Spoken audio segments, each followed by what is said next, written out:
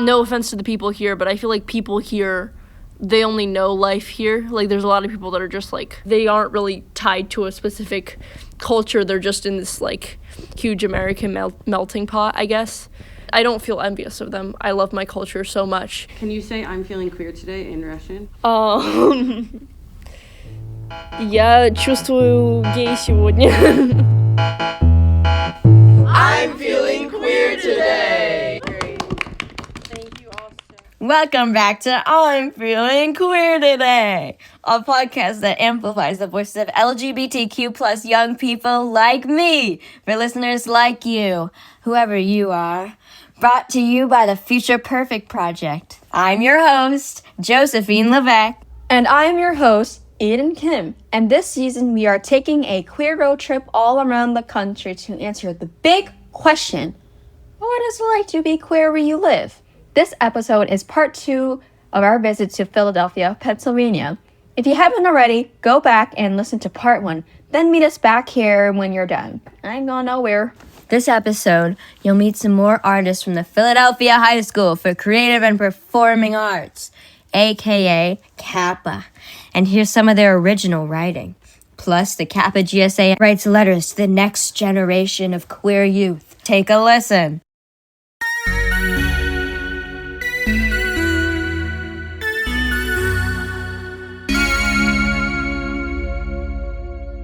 Hi, I'm Sam. I use she, they pronouns, and I'm a 10th grader at CAPA. And that's as much as I'm going to dox myself. This is the poem first.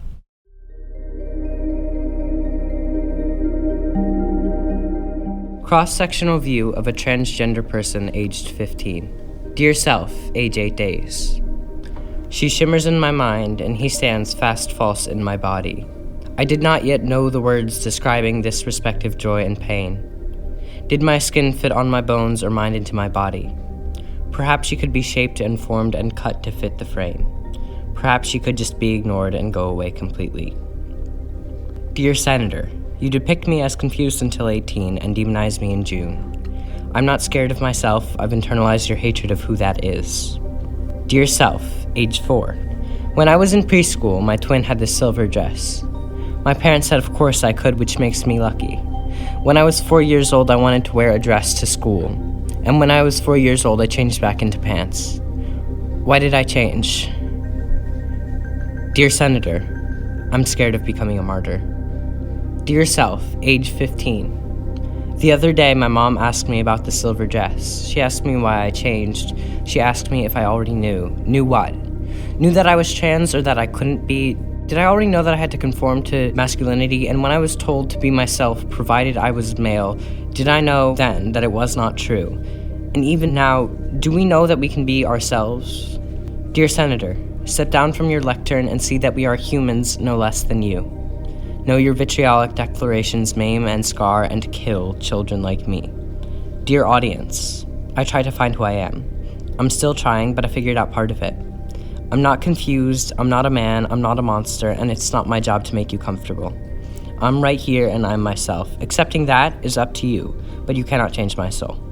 Dear Senator, am I truly your greatest fear?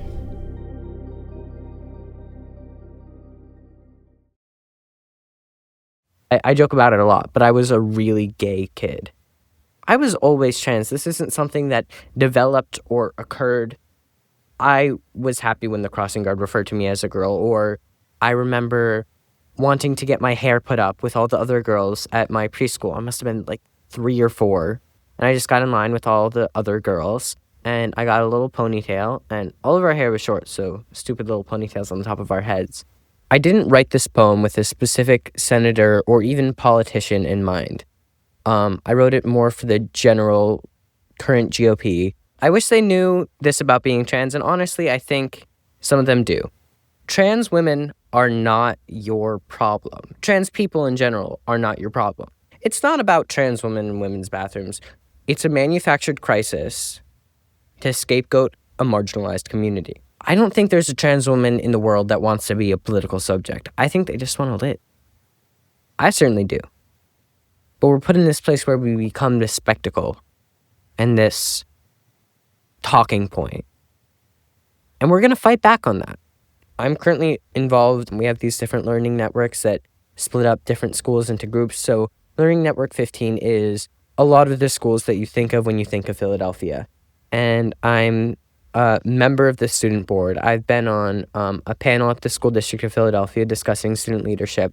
Right now, I'm trying to go up for the role of student board representative, which is essentially a school board rep who is a student and does not have any voting power, but it's a very important position, and I'm very proud of us for having it. Even if it's not me, I'm proud of our school for having it. And I also work with the Office of DEI at the school district a bit, and my focus is really to protect queer and trans and in other ways marginalized youth in the city of Philadelphia as much as I can.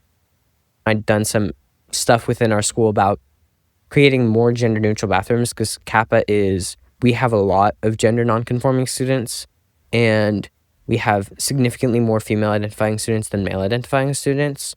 So our bathrooms situation has always been a bit of a mess. I also believe that I'll be helping revise policies 248 and 252, which directly relate to queer students in the school district. And they're already in great shape, but there's always updates that we can make to make it better, to make this a safer environment. And I'm glad that our district is so committed to making our schools a safe space. Luckily, we don't have a lot of work outside of class time, which has really made it easier to do these various things. And for anyone who's listening who might be, a little more afraid of trans women, it's different. It is different. It's not what you're used to, and that is scary. But they're just trying to live the same way you are. I'm not asking for you to like that I'm trans. I'm not asking you to accept that I'm trans even. But I'm just asking you to let people live. I want you to just live your life. And I hope that you'll afford me that same luxury.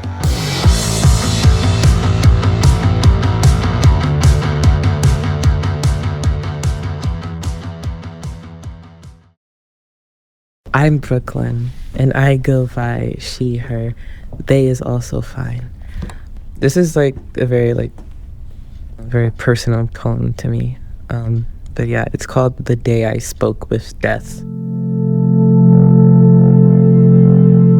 The day I spoke with death, I had thought I was dreaming. She was soft-spoken and taught me how to take deep breaths. A way to ease all of my pain without screaming. She comforted me like no other. Told her I'd rather stay with her than any father or mother, only for her to reply saying that she couldn't take me. Why not? I'm ready, I plead. She was so gentle, so caring, or at least I thought.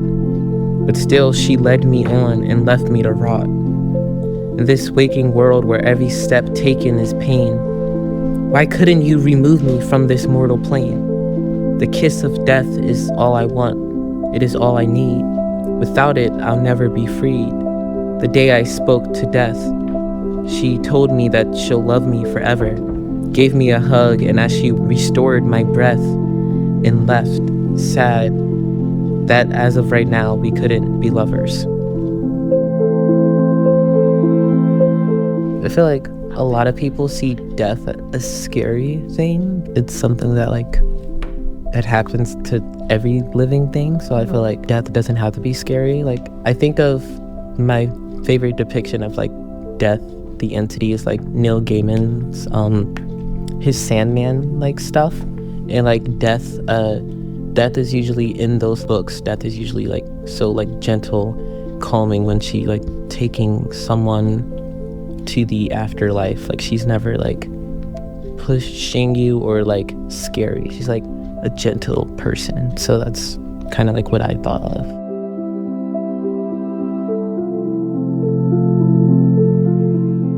Hello, my name is Midge. I am 16 years old, and my pronouns are he, him. This is a poem called Golubój, which is basically, It's just a term that originated from Russian queer culture, where basically there were queer clubs, and they used to say like if there was an incoming KGB raid or something, "Летите, голубые, лети," which is basically like "fly pigeons fly." It comes from this old song. So a lot of it was like actually real and like actually part of my lived and unlived experience, like within what my ancestors might have dealt with. Americanse, the Americans, spend their time glaring at these intricacies of mine. I look back at them and wonder if they know their own history. Is it treated with love, with fear, with anguish, or they only here because of mutual destruction, the force of a single hand, or their own love, the softness of a single touch? Looking at my face, they say it is made up of thousands of the loved. The Americans make the bold claim that my angular nose, my bright eyes are a mixture of lovers, of passion, of undenying romance. But my reflection, I would say, is made up of unwitnessed. The pain we are forced to bear alone in jail cells, stolen of sunlight and human decency. My reflection is the Chechen boy wondering, is it better to get killed by his own father or by his government? His death, a mercy killing. Not for sparing himself, but his family of the sin he reaps into their house. In this face, I see the girl excised from her family like a tumor because she was born in a soldier's uniform, masculinity in her handgun holster, putting on the guise of a man, and for her womanhood, they put her in the guise of a hero, a military man. Better to die by gunshot than pursuing her own lost cause. The rear view of my own lips and ears, I see the men rotting in jail, charged of sodomy, the unruly, kept in cages even after being expunged from law, kept due to ideas, not laws, not the very book that cleared them. I am Golubój, named after the way pigeons fly, unencumbered and weightless, the way the gay men scatter like mice when the KGB raids their homestead. The blue in my wings stains to red, covered by the sirens of their watch cars, presumed dead, but presumed so with an unmarked grave. The queer with no name, I see those. The thousands unnamed, the thousands forced to conceive, the thousands caged, branded, and forgotten, and those thousands make me. The Americans say that is what beauty is. To survive. But now, I can be unencumbered, allow for freedom, say hell to all the anguish, and that now, if I just scream my name into the mountains, the echoes will welcome me. But soon, the legality of my own self will have them singing a different tune. It will not be easy anymore. The concrete will burn my sneakers. From the moment of my first breath, I know my haunting extends wherever I go. Dual citizen, no matter of where, I am born of what seems to be the lesser evil, only living out of spite to those who brand me with digits, symbols, labels of what they can harm. Maybe my footprints will embed into the ground, and in 800 years historians will know of the man that inhabited this tomb, and will know of his fight and his covenant's vigor, and the thousands that let us keep our homestead tonight.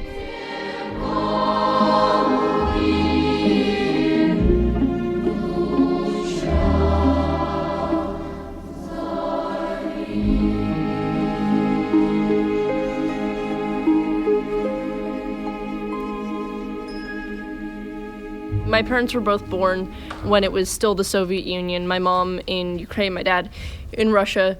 They moved here in 2000, so I was born here. They originally chose Montgomery County, and it's been pretty nice living here basically all my life. They're definitely worried about like the danger here. It's a gay city, not a safe city.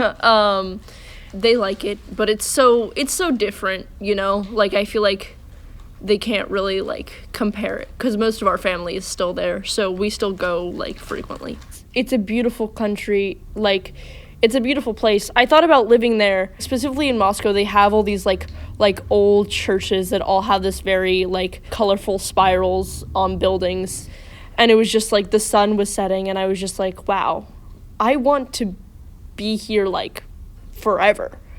But at the same time, like, I don't think that I could live in a place where, like, there's actual, like, gay purges where they, like, kidnap people from their homes for being gay, and it's, like, genuinely a death sentence. It's sort of very apparent in my own life because I have to go home and I have to deal with those ideas because of the way that my family like learned about these kinds of things. Maybe they would be different if they were raised here, maybe they wouldn't. But like, I get what I get, and I'm not gonna spend like time wishing for a different thing. We have it kind of nice here. I know what the rough side of things look like. Flip that back, I'm like, I don't even know what anyone's complaining about.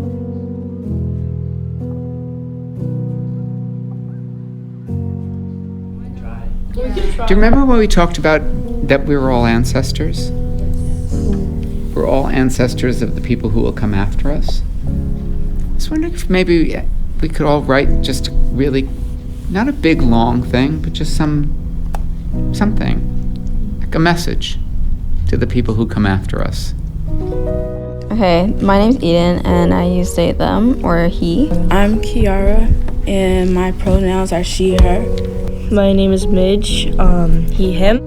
My name is Cody, he, she pronouns. I'm Brooklyn, and I go by she, her. They is also fine. Hi, I'm Sam. I use she, they pronouns. And to my descendants, I'd like to offer an apology. I'm sorry that everything's not right, because everything's probably not right. To the descendants of me, don't let anyone tell you who you're meant to be. Don't let society rule the direction of your dreams. Don't let people change you, but don't be afraid to rewrite your story. Live life like how you want to live it. All the time you spend being sad or spend your time bed rotting is a time you can use to do something that you love. It is a time that you can use to do the things that you have the passion for, to do something that you can enjoy. I like to remind myself that all the worries that I have now aren't worries that I am going to have in the next 10 years. You can't love someone without loving you. A saying as old as the sea. Learning to love you is harder than it seems. Anytime someone is trying to ruin your sparkle, you just have to be the diva in the moment because those haters aren't the ones paying for your bills or creating your destiny. You create the life that you want. You create the life that you deserve. When you ask me how I died, I will say I have died loved. Even if in life I was chained and bound, I have taken none of that to the afterlife. When you ask me how I have lived, I will say I have lived loved. For even loving in secret is better than never having loved at all. And I'm sorry that there's so much that you cannot change. But your power comes from your anger, and it comes from your inner peace. Live life dumb and happy. Enjoy the moments that you have with the people you love. Live life in the moment and make memories to tell your descendants in the future. Nothing is over. The end isn't near, and the end isn't forever. You bring a lot more honor to the people who came before if you let yourself refuse to be restrained. Take pride in the array of your bruises because they're reminders of what you've overcome. Let yourself be free and bold. Seek to learn and understand. Advocate for change, but don't shoulder the complete weight of making change occur. The world may be dark now, and it was even darker then, but you have the power to make the change, for the light comes from within. Love is more important than all else in life. When you ask me how you will die, I will say you will die loved. Remember what is factually and morally true. Remember that you should always have control over what you do in your life and what you do with your body. Your actions should be yours and yours alone to decide. Remember that even if things don't get better while you're alive, or better while your children are alive, or your grandchildren, change takes time. Be the change and make it happen. It takes a while to do what you love. The long way road is fun if you take it. If in life you are chained and bound, you will take none of that into the afterlife. You have all you need to be great. Don't wait for your moment. Your moment is now. Good intentions don't bring anything for you if you aren't well enough to make the change. Trust yourself and your community and take things day by day. Someday we'll be able to look around us and be like, oh, this has changed from where we started. Thank you for joining us today. I'm Josephine Levesque. And I'm Eden Kim, and you've been listening to I'm Feeling Queer Today.